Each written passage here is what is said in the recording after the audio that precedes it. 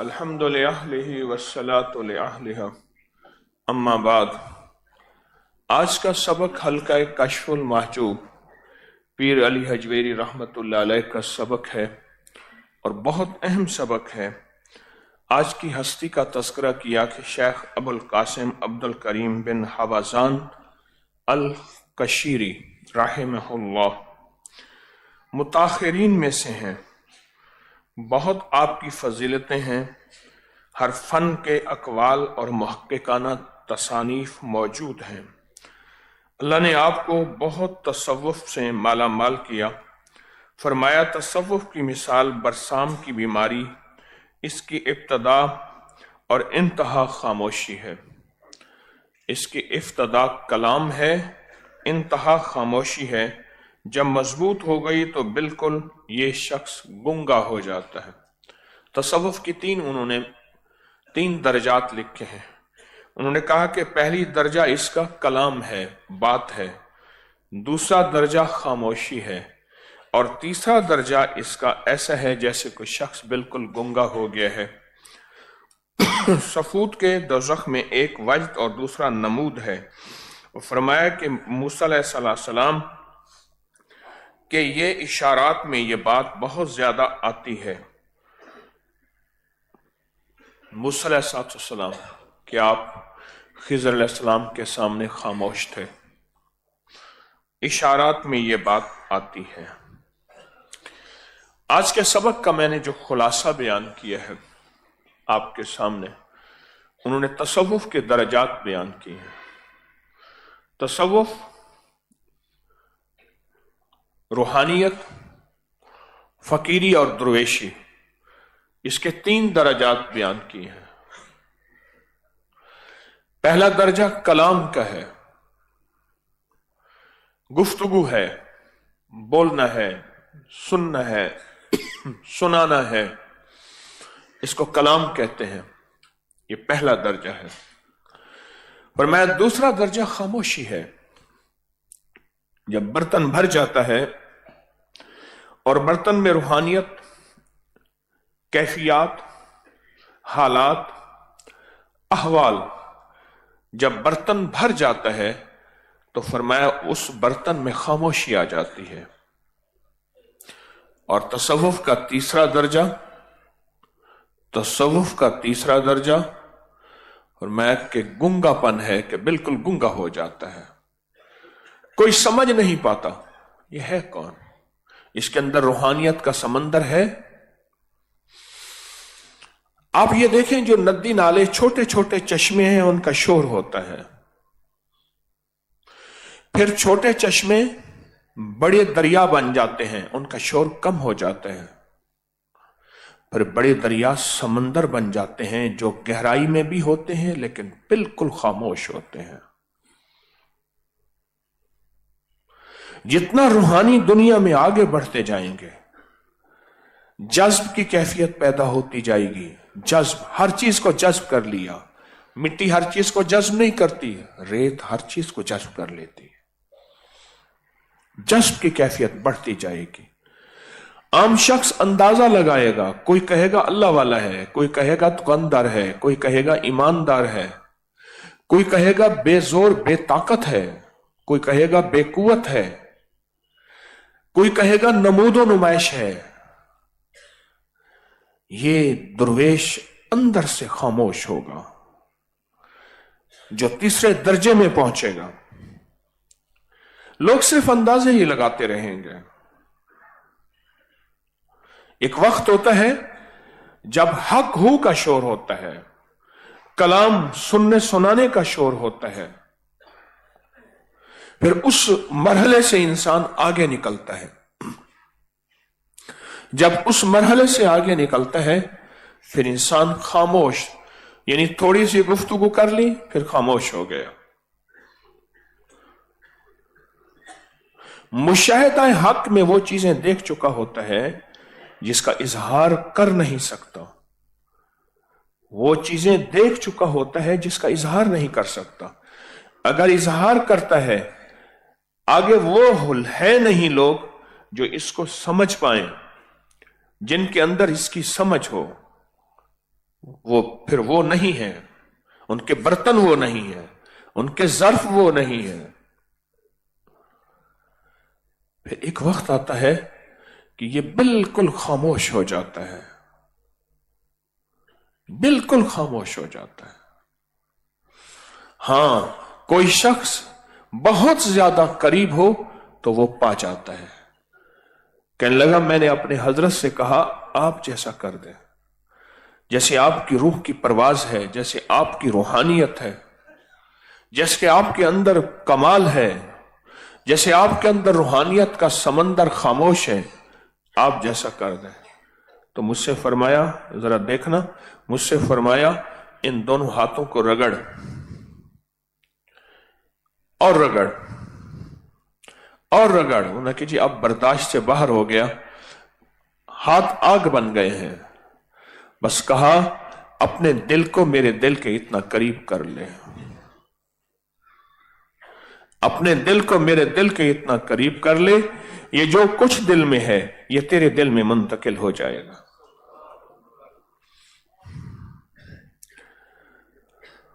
ساری عمر بیٹے نے موافقت نہ کی، بیمار تھے. آخری وقت میں فرمایا آ بیٹا ہم تو اب چلے، اب تو ہم چلے. 1944 میں. اور بیٹے کو کوئی بڑی عمر نہیں تھی بیٹے کی، جوان تھا، سینے سے لگایا اور بہت دیر تک روتے رہے اور بھینچا اور جو کچھ تھا وہ منتقل کر دیا اور آپ چلے گئے. صبح مسند پر بیٹا بیٹھا. صبح آپ کا درس ہوتا تھا، بیٹا بیٹھا، بس جسم بیٹے کا تھا، باقی سب کچھ والد کا تھا. وہ دل کی نسبتیں منتقل ہو گئیں. نسبتوں کی قسمیں ہیں، نسبت انعکاسی ہے، نسبت اتحادی ہے، وہ منتقل ہو گئیں. جب روحانیت کا عروج ہوتا ہے، یہ موتی یاد رکھیے گا، روحانیت کا عروج ہوتا ہے، پھر اس وقت وہ پانے والے پا جاتے ہیں جو اپنے آپ کو فنا کرتے ہیں، فنا فی شہ کرتے ہیں، مرشد میں فنا کرتے ہیں. جب روحانیت کا عروج ہوتا ہے اس وقت پھر اپنے مزاج کے خلاف بہت کچھ سہنا پڑتا ہے، سننا پڑتا ہے. اس وقت پھر لوگوں کی دائیں بائیں بہت سہنی اور سننی پڑتی ہیں. پھر یہ سفر فنائیت کے ساتھ طے ہوتا ہے. اس لیے کہا کسی فقیر کے پاس بن کے آ تو چھوٹا بن کے آ، اپنی دنیا کی وجاہت، دنیا کے عہدے، دنیا کی چیزیں نہ لے کے آ، پھر بڑا بن کے جائے گا. آج شیخ نے اپنی کتاب میں حلقہ کشف المحجوب میں یہ 3 باتیں لکھی ہیں اور بڑی اہم باتیں ہیں. 3 باتیں لکھی اور بہت اہم باتیں ہیں. اور آخری بات یہ ہے کہ وہ بندہ گنگا ہو جاتا ہے اور بالکل گنگا ہو جاتا ہے اور لوگ سمجھتے ہیں کہ کچھ نہیں ہے. دنیا کے مشغلوں میں ہم باخدا رہے، دنیا کے مشغلوں میں ہم باخدا رہے، سب کے ساتھ رہتے ہوئے سب سے جدا رہے. رہ تو سب کے ساتھ رہے ہیں لیکن سب سے جدا ہے.